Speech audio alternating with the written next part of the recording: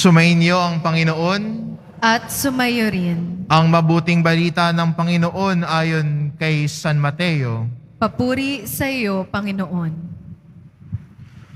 Noong panahong iyon, sinimulang ipaalam na ni Jesus sa kanyang mga alagad na dapat siyang magtungo sa Jerusalem at magbata ng maraming hirap sa kamay ng matatanda ng bayan, ng mga punong saserdote at ng mga iskriba, at kanilang ipapapatay siya. Ngunit sa ikatlong araw siya'y muling mabubuhay. Niyaya siya ni Pedro sa isang tabi at pinagsabihan ng ganito, Panginoon, huwag nawang itulot ng Diyos. Hindi po dapat mangyari ito sa inyo.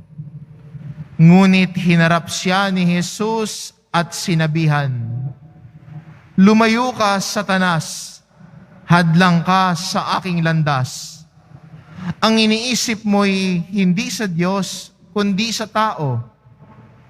Sinabi ni Jesus sa kanyang mga alagad, Kung ibig nino mang sumunod sa akin, limutin niya ang ukol sa kanyang sarili. Pasanin ang kanyang krus at sumunod sa akin. Ang naghahangad na magligtas ng kanyang buhay ay siyang mawawalan nito. Ngunit ang mag-alay ng kanyang buhay alang-alang sa akin ay siyang magkakamit noon. Ano nga ang mapapala ng isang tao? Makamtan man niya ang buong daigdig, kung ang katumbas naman nito ang kanyang buhay. Ano ang maibabayad ng tao para mabalik ang kanyang buhay? Sapagkat darating ang anak ng tao na taglay ang dakilang kapangyarihan ng kanyang ama at kasama ang kanyang mga anghel. Sa panahong iyo'y gagantihin niya ang bawat tao ayon sa kanyang ginawa. Ang mabuting balita ng Panginoon. Pinupuri ka namin, Panginoong Hesukristo. Magsiupo muna po ang lahat.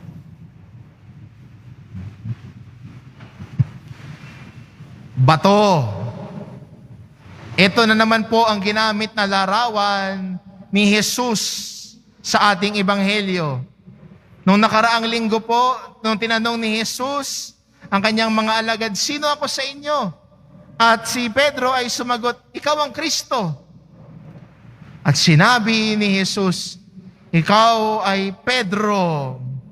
At sa ibabaw ng batong ito, itatayo ko ang aking simbahan.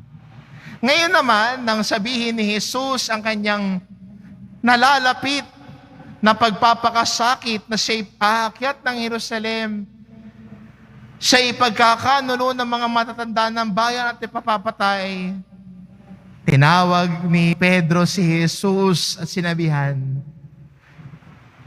naway hindi pahintulutan yan. Pero ano ang sagot sa kanya?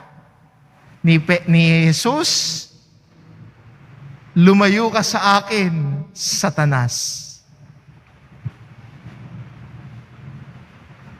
Maganda po yung pagkakahambing ng salitang Satanas.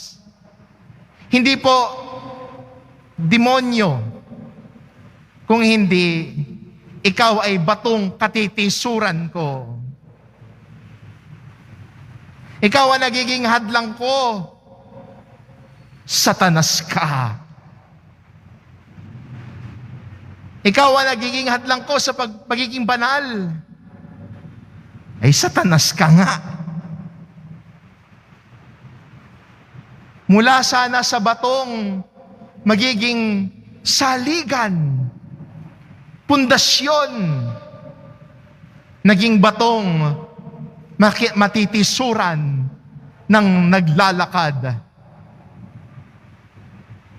Maganda rin po sa atin bilang Kristiyano, mula sa mga ebanghelyo natin, mula na nakaraang linggo hanggang ngayon, ay magandang makita sa ating paglalakbay bilang isang Kristiyano, anong klaseng bato ka? Ikaw ba ay Pedro? Batong sandigan? O ikaw ba ay Satanas? Batong katitisuran? Ang Satanas po sa panahon ngayon, yan yung mga tao na nagsisikap ka magbagong buhay. Nagsisikap ka maging mabuti. Pero sila ang nagdadala sa iyo sa kapahamakan. Sabihin mo, ayoko na, gusto ko na talikuran yung bisyo ko. Gusto ko na pumunta sa paglinggo sa simbahan. Hindi na sa sabungan. Tapos may isa kang kaibigan, aayain ka, tara na, tara na. Alam mo, isasagot mo, Satanas ka. Nagiging hadlang ka. Nagiging batong katitisuran ko patungo sa Diyos. Marahil, baka tayo din yung maging batong katitisuran ng mga kapwa Kristiyano natin na nagsusumikap na mamuhay ng banal. Mga Kristiyano natin na imbis na palakasin natin ang kanilang loob, tayo pa yata yung magiging bato na matitisod sila, mapapahamak sila. Kaya magandang tanong, sana tayo bilang mga Kristiyano ngayon ay maging bato na magiging sandigan ng bawat isa sa pagsunod kay Kristo. Hindi batong katitisuran nila. At ito po ang hamon sa atin bilang Kristiyano ngayon, na sana po tayo ay maging bato na nagbibigay inspirasyon sa bawat isa. Hindi bato na nagdadala ng kapahamakan sa kapwa natin. Hindi bato na nagiging hadlang sa kapwa nating sumunod kay Kristo. Pero handa nating palakasin ang loob ng bawat isa.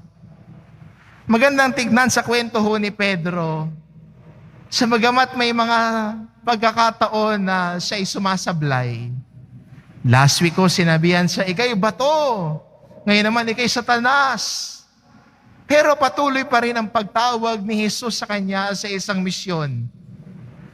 Kung titignan po natin ang Ebanghelyo ni San Juan, may bilin po si Jesus kay Pedro bago siya magpakasakit at mamatay. Alam niyo anong bilin?